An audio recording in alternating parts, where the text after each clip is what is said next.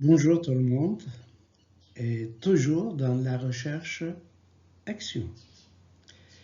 Et aujourd'hui, Inch'Allah, c'est notre 10e question dans la recherche action. Les questions et réponses sur la recherche action. Notre 10e question, c'est comment dégager des problématiques de travail. C'est un sujet très important. Comment dégager des problématiques de travail? Pour répondre à ces questions,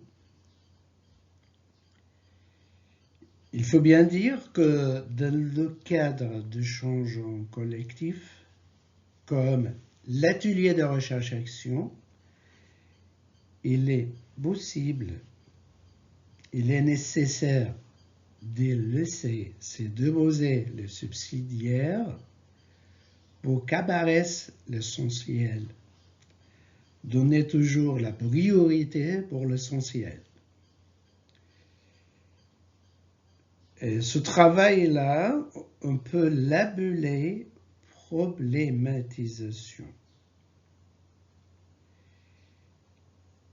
Il doit pouvoir énoncer les préoccupations de chacun.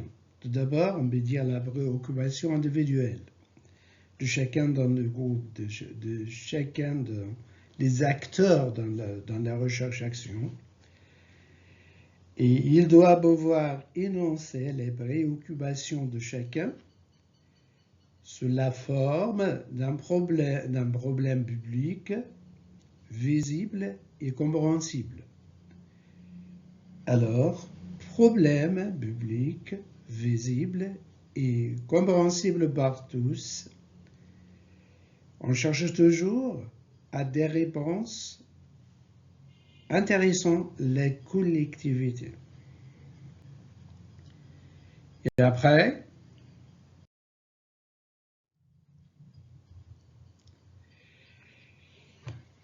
il arrive que la problématique à l'origine de première réunion ne soit pas finalement retenue.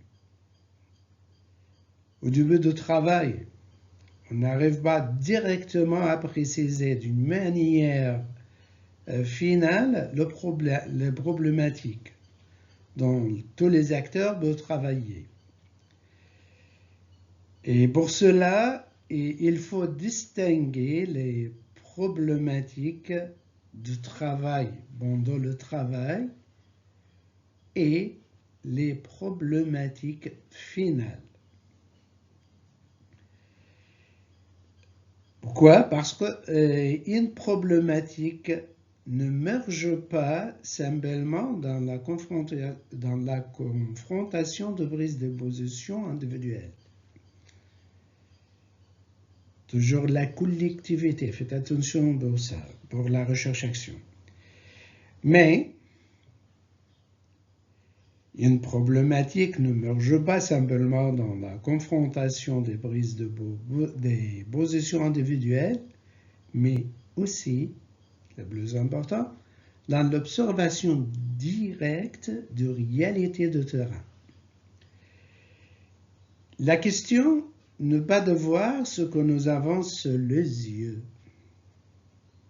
mais le plus important, de comprendre la manière dont nous le voyons. C'est très important. Alors la question n'est pas de voir ce que nous avons sous les yeux, mais comment comprendre la manière dont nous le voyons.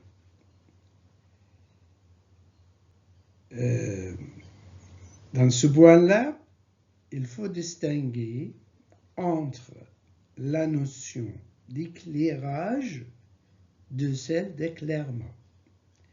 Quelle est la différence entre la notion d'éclairage et la notion d'éclairement? Voilà la réponse.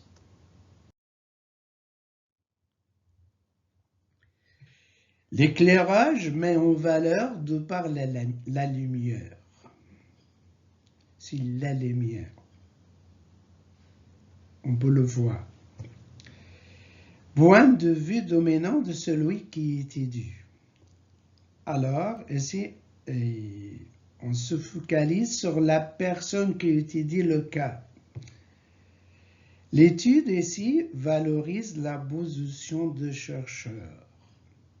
Dans ce cas-là, l'étude valorise la position de chercheur, pas celle des personnes étudiées, pas celle de public visé, c'est l'éclairage.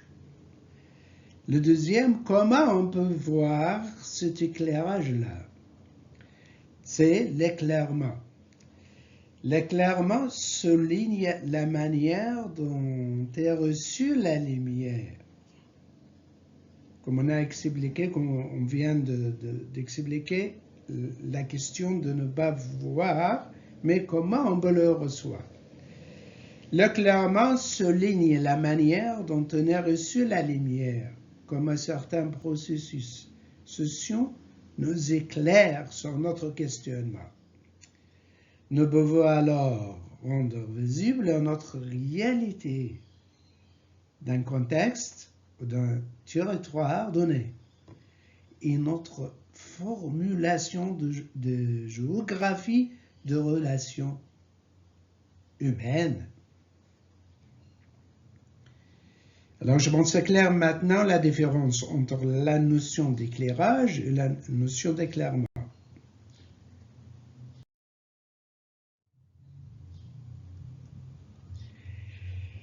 Toujours, les problématiques en recherche-action appartiennent à la deuxième logique, la logique d'éclairement.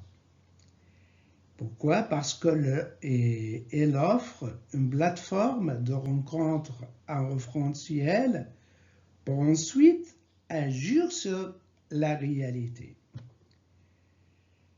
Pas seulement ça, mais on peut poser des hypothèses et expérimenter la validité de ces hypothèses-là, d'expérimenter aussi des situations qui produiront de nouvelles connaissances et qui apportent toujours des réponses et renverront à des enjeux généraux.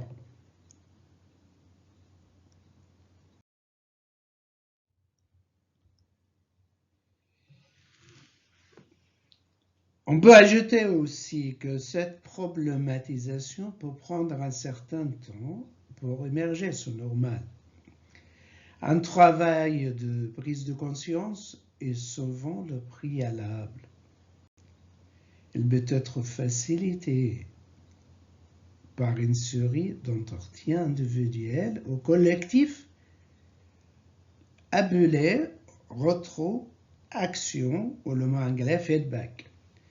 Parce que le retour en temps réel, la connaissance peut permettre aux intéressés de travailler sur leur propre production.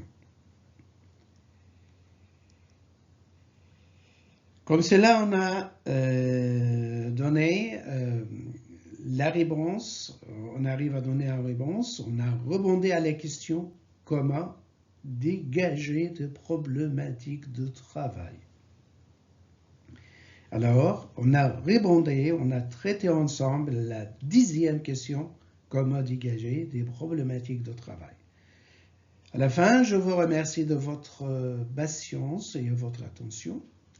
Toutes mes salutations et l'Adl Mahdi et à la prochaine. Suivez-moi.